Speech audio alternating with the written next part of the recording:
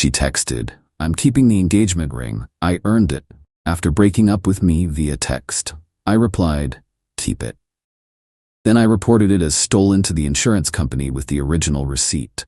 When the police showed up at her door, I, 28 male, got a text from my fiancée Madison, 26, last Thursday that pretty much nuked my entire world. We'd been together 4 years, engaged for 8 months. Wedding planned for next spring. The text came at 2:47 p.m. while I was in a client meeting. "Madison, this isn't working anymore. I've been unhappy for months. I'm done. Don't try to contact me. I'll send someone for my things." 4 years. A text. I excused myself from the meeting, hands shaking. Called her immediately, straight to voicemail. Texted back asking if we could talk. No response. Called again. Nothing. Then, 20 minutes later, "Stop calling. I'm keeping the engagement ring, BW. I earned it after putting up with you for 4 years. Consider it compensation." I stared at that text for probably 5 minutes. The ring I'd saved for over a year to buy. The ring that cost me $18,500, a full third of my annual salary. The ring I'd had custom designed with her grandmother's vintage diamond reset in a new setting. My response? "Keep it." She heart-reacted the message. That's when something in me just shifted. From devastated to coldly practical. See, here's what Madison didn't know. That ring? It was scheduled on my insurance policy. I'd been paying extra premiums specifically for it. Full replacement value, documentation included, original receipt, appraisal certificate, the works. All sitting in my filing cabinet at home. I finished my meeting on autopilot. Drove home. Found our apartment half empty. She must have been moving out while I was at work. Her closet cleared, bathroom stuff gone, even took the coffee maker. But my important documents? Still there in the file cabinet she'd always called boring adult stuff. Friday morning, 8 a.m. sharp, I walked into my insurance company's office with a folder. Explained my fiancé had left me and taken the ring without permission. Showed them the text where she admitted she had it. Showed them the receipt, appraisal, photos. The agent raised an eyebrow. "She says she's keeping it, but you never gave it to her?" When someone breaks up with you via text and says they're taking your property as compensation, that's not a gift, that's theft. He nodded slowly, made some calls, took my statement, said they'd need to file a police report for anything over $10,000. "That's fine," I said. Madison didn't know I'd grown up helping my mom with her jewelry business. I knew exactly how ring ownership worked. An engagement ring is a conditional gift in our state, given in contemplation of marriage. No marriage? Ring goes back. Her keeping it wasn't just morally wrong, it was legally theft.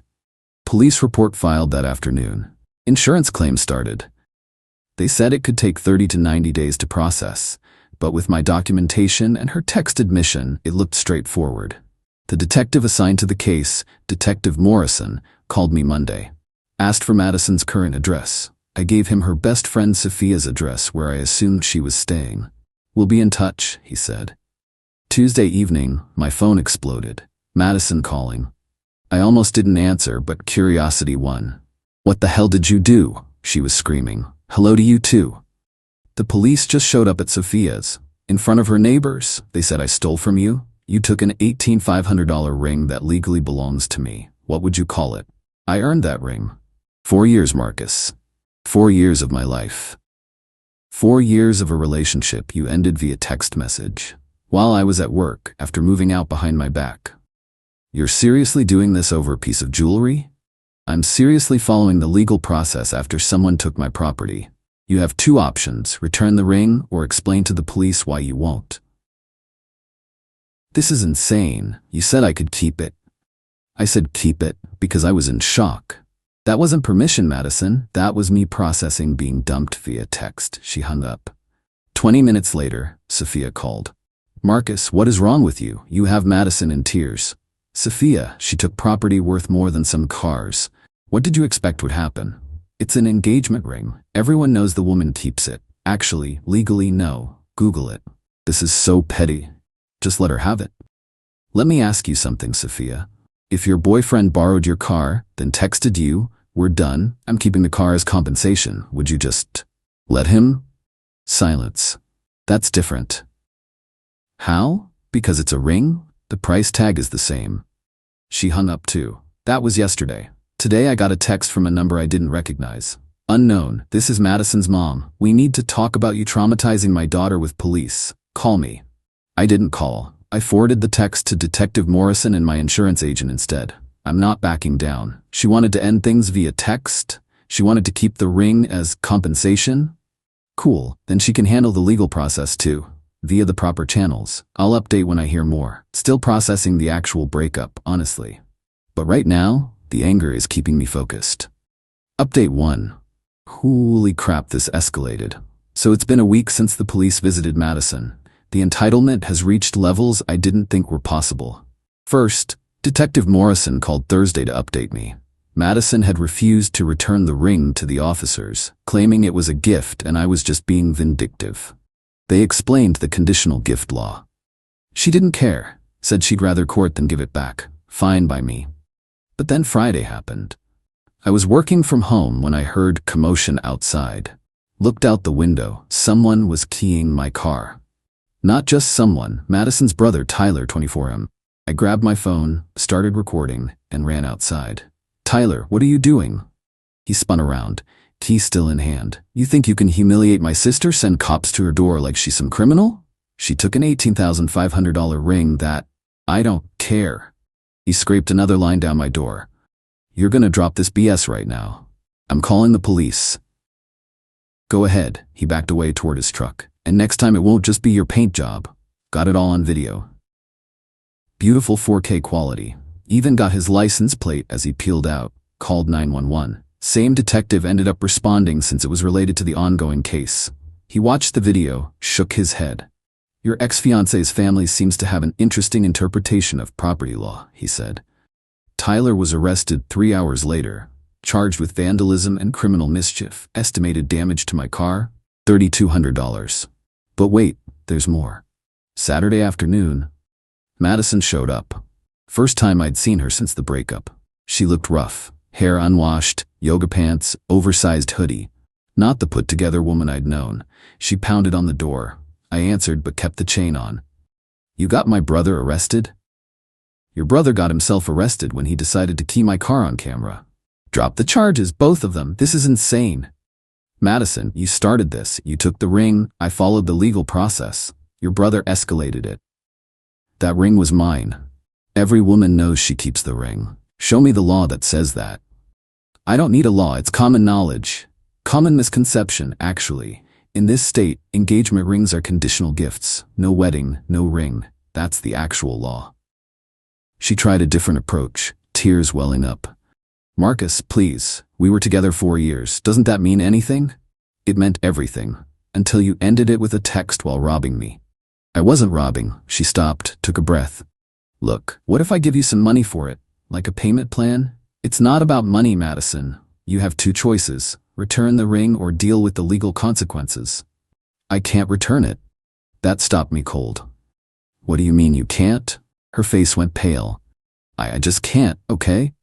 Madison, where is the ring? She turned and practically ran to her car. But now I knew. She'd done something with it. Sold it, maybe? Pawned it?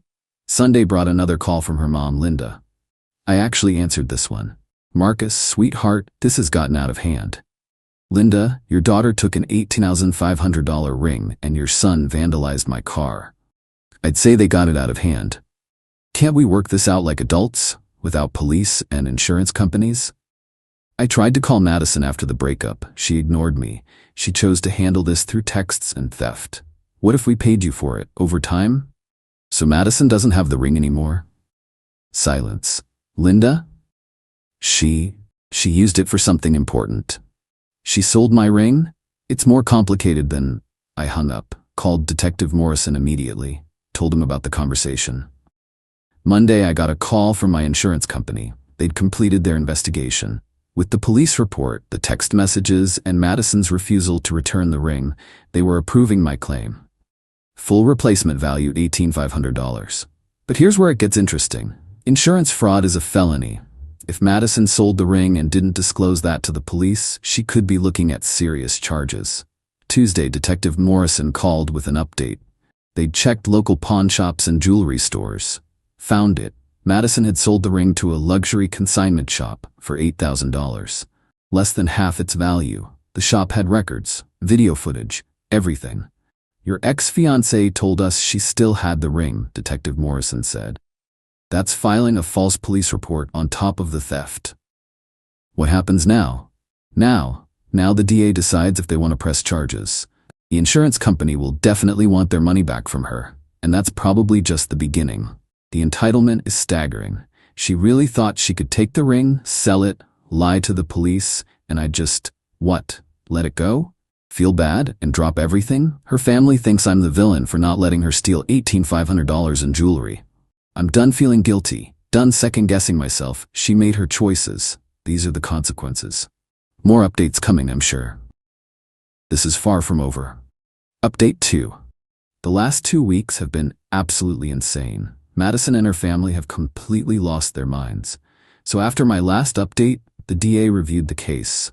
Decision? They're charging Madison with grand theft, the ring, filing a false police report, told cops she still had it, insurance fraud, trying to make me eat the loss. Her brother Tyler got hit with vandalism and criminal threats. Thursday morning, after the charges were filed, I woke up to find my lawn covered in garbage. Literally. Someone had dumped what looked like a week's worth of trash bags all over my front yard. Coffee grounds, food waste, the works. But they made a mistake. One of the bags had mail in it. Mail addressed to Linda Henderson, Madison's mom. I didn't even call the cops this time, just took photos, cleaned it up, and added it to my file. My lawyer, yeah, I have one now, said to document everything. But Friday? Friday was special. Madison showed up at my work. I was in a meeting when reception called up. There's a Madison here, says it's an emergency. I knew it wasn't. Told them to ask her to leave. She refused. 10 minutes later, security is escorting a screaming Madison out while my entire office watches through the conference room glass. She was shrieking, "He ruined my life over a ring. A stupid ring. He's destroying my family." My boss, Rebecca, called me in after. "Want to explain?" I gave her the short version. She nodded. "Get a restraining order, today." That afternoon, my lawyer filed for an emergency protective order, granted immediately based on the workplace incident, the garbage, and Tyler's arrest. Saturday, I was served with papers. Madison was suing me for what? Intentional infliction of emotional distress, defamation, and get this, breach of verbal contract. Her claim? I verbally promised the ring was hers forever when I proposed. Therefore, she had the right to sell it. My lawyer actually laughed when he read it. She admitted in writing that she sold it. This is beautiful. But Sunday was the grand finale of crazy. Madison's dad, Robert, showed up. I'd always liked Robert. Quiet guy, worked construction, seemed normal. I answered the door, chain on always now. "Marcus," he said. Looked exhausted. "Can we talk, man to man?" Something in his voice made me listen. I stepped out onto the porch. Kept the door cracked. "I'm sorry," he started. "About all of this. The garbage, that was Linda. Tyler's an idiot, and Madison," he shook his head. "I need you to know something." "Okay?" Madison sold that ring to pay off credit card debt. Almost $20,000 worth. Linda and I didn't know she was that deep. She'd been hiding it. Credit card debt, shopping, trips with her friends, keeping up appearances. He rubbed his face. "She thought once you were married you'd just pay it off. When you found out about the charges, she panicked. Sold the ring thinking she could blame the breakup on you being controlling or something." I just stared at him. "I'm not asking you to drop the charges," he continued. "She needs to face this, but I wanted you to know the truth and to apologize. We raised her better than this, or thought we did." He left without another word. Monday brought more news. The insurance company is going after Madison civilly for the $18,500 they paid me, plus damages. The consignment shop that bought the ring? They're covered legally since they followed proper procedures, but Madison's still on the hook for the difference. My lawyer did some math. $18,500 insurance payout she now owes, $3,200 for my car damages, legal fees, growing daily, potential criminal fines, plus the $20,000 credit card debt her dad mentioned. She's looking at close to $50,000 in debt, possible jail time, and a criminal record. All because she thought she earned a ring. Tuesday, Sophia, remember her? Madison's best friend, messaged me on Instagram. Marcus, I know you blocked my number, but please read this. M is spiraling. She's had to move back in with her parents, lost her job because of the charges, and can't afford a lawyer. Her mom spent their savings on Tyler's bail. I know we're mad, but can you please consider dropping this? She's learned her lesson. Learned her lesson? She dumped me via text after 4 years, stole an $18,500 ring, sold it for less than half its value, lied to police, had her brother vandalize my car, had her mom dump garbage on my lawn. Showed up at my workplace, is now suing me. What lesson? That actions have consequences? My response? She should have thought about that before committing multiple felonies. Please don't contact me again. Yesterday, my lawyer called with an update. Madison's public defender reached out about a plea deal. If I agree to drop the civil suit and request leniency from the DA, she'll plead guilty to a lesser charge. What do you want to do? He asked. What happens if we don't take the deal? Trial. Probably conviction on all counts. Real jail time. The evidence is overwhelming. I thought about the 4 years we'd spent together, the plans we'd made, the future I'd imagined. Then I thought about that text. I'm keeping the ring, BW. I earned it. No deal, I said. Some might think I'm being harsh, but she didn't just break up with me. She tried to steal from me, destroy my property, disrupt my work, and then sue me for holding her accountable. The entitlement to think she could do all this and face no consequences? That's what gets me. She earned that ring? Well, now she's earned everything that comes with theft, fraud, and harassment. I'll update after the trial. My life's finally starting to feel normal again. New locks, security cameras, restraining order in place. Even started talking to someone new from my gym. Moving on feels good. Madison wanted to keep the ring as compensation for 4 years. Instead, she's getting compensated with exactly what she deserves. Consequences. Final update. It's been a wild few months, but it's finally over. Grab some popcorn for this one. The trial was set for last month, but things took a turn before we got there. 3 weeks before the trial date, Madison's public defender reached out again. This time with a very different tone. Apparently they'd finally gotten full discovery from the DA, including the security footage from the consignment shop, text messages between Madison and her friends planning to sell the ring, bank records showing the credit card debt, video from my workplace security cameras, Ring doorbell footage of the garbage incident. The texts were damning. Messages to Sophia from 2 weeks before the breakup. Once I sell the ring, I can pay off the visa and Marcus will never know. He's so clueless, lol. Just need to figure out how to keep it after I dump him. Premeditated. She'd been planning this. Her lawyer wanted to make a deal. Guilty plea to theft under $10,000, a wobbler that could be reduced to misdemeanor, restitution to the insurance company, and 2 years probation. In exchange, they'd drop the fraud charges and I'd agree not to pursue additional civil damages. My lawyer advised taking it. She'll have a record, owe the money, and you can move on. But Madison had one more card to play. 2 days before I had to respond to the plea offer, I got a call from Detective Morrison. Mr. Chen, we have a situation. Madison Henderson is at the hospital. Apparent suicide attempt. My stomach dropped. Despite everything, I didn't want that. Is she? She's stable, but her mother is here claiming you drove her to this, demanding we arrest you. I met with my lawyer immediately. He assured me I had nothing to worry about legally, but suggested we be careful moving forward. That evening, Robert, her dad, called. She took pills, he said quietly. Not enough to, but enough to scare us. Marcus, I'm not calling to blame you, but I need you to know she's pregnant. The world stopped. What? About 2 months. That's why she's been so desperate about the money. It's not yours, he added quickly. She's been seeing someone since before you broke up. The cheating explained so much. The sudden distance, the quick exit, the desperation for money. Who? I asked.